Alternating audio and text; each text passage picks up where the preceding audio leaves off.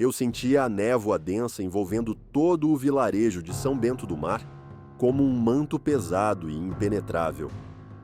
As casas de madeira, erguidas sobre estacas, apareciam esmaecidas pelo nevoeiro. Sombras trêmulas que se misturavam às redes que balançavam ao sabor de um vento frio e às algas penduradas nos varais, secando silenciosamente. Era impossível ver o mar, apenas escutá-lo. Um ruído grave, constante vindo dessa bruma espessa que parecia devorar tudo ao redor. Caminhávamos pelas tábuas úmidas do velho pier, lanternas em mãos, mochilas pesando nas costas. Eram 4 de nós naquele estranho grupo. O professor firme chamado Natan, Mari, a jornalista perspicaz e desconfiada, Luiz, irmão de Natan e cético por natureza. E eu, Tita, a pescadora local e mais recente integrante dessa expedição. O silêncio pesado foi quebrado pela voz hesitante de Mari, que questionava se realmente valia a pena continuar. As lendas negras diziam que ninguém resistia a passar uma noite naquela ilha. Eu sorria, um sorriso torto, olhando fixamente o vazio, onde a névoa engolia, até mesmo os contornos do mar. Admiti que talvez aqueles que se aventurassem por ali não voltassem os mesmos. Luiz tentou trazer alguma leveza, lembrando que os mistérios da ilha no passado tinham relação com contrabando, não com fantasmas. Mas Natan não se deixou convencer. Por que então ninguém jamais retornava? E por que até os pescadores evitavam se aproximar? Respondi com voz seca que era melhor perguntar ao mar, pois ele guardava seus mortos. Mal terminei de falar, e um som estranho nos fez pular. O guincho agudo de um peixe agonizando num balde próximo cortou o silêncio com brutalidade. Subimos em um pequeno barco a motor, deslizando em águas calmas e quase surreais. A névoa parecia algo palpável, sólida. O azul esverdeado do mar confundia a noção de onde terminava o fundo ou começava o ar. Luiz apontou para arranhões misteriosos nas laterais da embarcação, e eu baixei a voz para contar as histórias que os mais antigos narravam. Algo que arrastava as redes no fundo durante a noite. Alguma coisa que às vezes emergia, puxando tudo o que encontrava à superfície. Um silêncio abafado nos envolvia, pesado como a própria neblina. O motor tossiu e engasgou brevemente, como se também estivéssemos temendo o desconhecido à frente. Olhei pelo retrovisor, vendo o vilarejo sumir lentamente, engolido pela névoa que nos deixava para trás. Descemos na praia de areia negra, da ilha de São Jorge. O ar era denso, quase sufocante, quente e parado, impregnado por um cheiro metálico que Mari traduziu como ferrugem. Senti o mesmo. Era como se o lugar prendesse sua própria respiração. As pedras arredondadas e os troncos retorcidos contavam histórias ancestrais, testemunhas silenciosas de rituais esquecidos. Nos sugeriram seguir em direção ao farol, já que ninguém jamais se afastava sozinho dali. Nas rochas próximas, notei marcas profundas, como queimaduras ou oferendas esquecidas. Mari parou ao encontrar um boneco de pano preso às raízes de uma árvore. Seu rosto estava borrado por algo escuro, uma lágrima de tinta que parecia ter escorrido ao longo do tempo. Finalmente, chegamos ao farol abandonado, uma construção rubra com a pintura descascando, como se fosse pele viva. As janelas estavam tapadas por tábuas carcomidas e a porta rangeu, um convite macabro, empurrada por um vento que se infiltrava por frestas impossíveis de bloquear. Natan perguntou se deveríamos entrar. Eu neguei com a cabeça, hesitante, mas Mari, sempre determinada, avançou com a decisão de ir até o fim. O interior era gelado, feito de pedra úmida e fria, impregnado por um cheiro pungente de mofo, sal e sangue seco que parecia manchar até as paredes.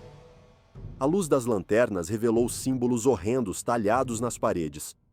Olhos deformados, bocas inquietantes, tentáculos que se entrelaçavam num padrão hipnótico e perturbador. No centro, uma pintura antiga, quase apagada, mostrava um círculo de pessoas dadas pelas mãos, em frente a uma criatura com múltiplos olhos. Algo que parecia estar à espreita, quase respirando sob o concreto. Luiz engoliu em seco e questionou se aquilo não seria coisa de culto. Respondi em voz mais baixa, falando das crenças locais, que céu e fundo do mar tinham portas, e aquele lugar abrigava rezas para ambas. Então, um cheiro estranho de óleo fresco chamou a atenção de Mari. Parecia respingado recentemente, como um aviso. Logo, um som abafado veio do andar superior. Passos arranhando sob o chão rangiam, enquanto o medo apertava meu peito. A porta bateu com violência, como se quisesse nos expulsar ou prender para sempre ali dentro. Natan ordenou que saíssemos, mas Mari hesitou, insistindo que talvez fossem apenas histórias. Luiz, no entanto, não queria deixar para trás as evidências, as fotos que haviam registrado. Eu sabia, porém, que ou ficávamos juntos ou nunca sairíamos dali. Os sons aumentaram em uma sinfonia de sussurros guturais, gritos sufocados e puxadas violentas contra a porta. Corríamos escada acima, fechando o acesso atrás de nós. Era a única defesa contra o que estava por vir. No topo do farol, o vidro estava quebrado e o vento quente entrava carregando um cheiro nauseante de carne podre e maresia. O céu além da névoa estava negro, sem sol, sem lua. Luiz paralisou diante da cena diante do mar. Formas longas e esbranquiçadas emergiam, braços demais, bocas escancaradas em um silêncio atroz. Ouvi Mari sussurrar, confirmando meus piores temores.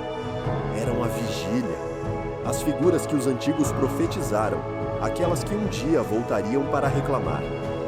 Ali terminavam nossas certezas, começava o pesadelo. As paredes e o teto começaram a ranger. Rachaduras ameaçadoras surgiram enquanto as criaturas escalavam, suas unhas membranosas arranhando o ferro enferrujado da escada. O horror nos consumia. Nathan perdeu o controle, tentando forçar a porta para fechá-la, empurrando Mari, que caiu e sangrava no chão de concreto. Um olho monstruoso escapou por uma fresta no teto, ondulando como uma sombra viva. Luiz, em choque, implorava para que abríssemos, mas eu sabia que o ritual ainda não terminara. Mãos longas se agarravam à ferragem, cercando-nos num abraço mortal. Logo, Mari gritou. Havia encontrado símbolos gravados no chão, idênticos aos que vimos na praia. Era nossa última esperança. Corremos para cada um se posicionar nos círculos, enquanto eu sussurrava um cântico antigo, quase esquecido, tentando fortalecer a frágil barreira entre o abismo e nós. Natan perguntou desesperadamente se aquilo bastaria para nos proteger. Luiz ponderava sobre a possibilidade de ficarmos presos para sempre ali, enquanto o chão tremia sob nossos pés e vozes antigas, de crianças, animais e ancestrais, ecoavam entre as paredes. De repente, o concreto cedeu sob Natan. Garras surgiram do chão aberto, agarrando-o com força implacável. Seus braços foram engolidos pelas sombras, enquanto tentava gritar, mas nada além do silêncio pesado nos envolvia. Não podíamos sair dos círculos. Eu o vi desaparecer no abismo, impotente, vendo também desaparecerem as últimas esperanças de escaparmos ilesos. O preço sempre é pago, pensei, sentindo terror profundo, enquanto ele se entregava a uma noite de escuridão eterna. Com o despertar de uma luz pálida no farol, tudo o que restava de Natan era sua mochila, deixada no meio do soalho frio, e um rastro escuro que se perdia na fenda aberta. Mari e Luiz estavam imóveis, presos em seus círculos, os olhos vidrados entre a vida e a loucura. Lá fora, o barco balançava vazio sobre o mar liso como vidro. Na praia, o boneco de pano amarrado às raízes da árvore ganhara um rosto esculpido grotescamente. Os traços de Natan, agora parte da lenda sombria que jamais silenciava. Nossos nomes ecoavam no silêncio da água, abafados novamente pela névoa que voltava a engolir o vilarejo, tornando tudo menos que um sussurro, uma lembrança perdida na absoluta quietude do mar interior.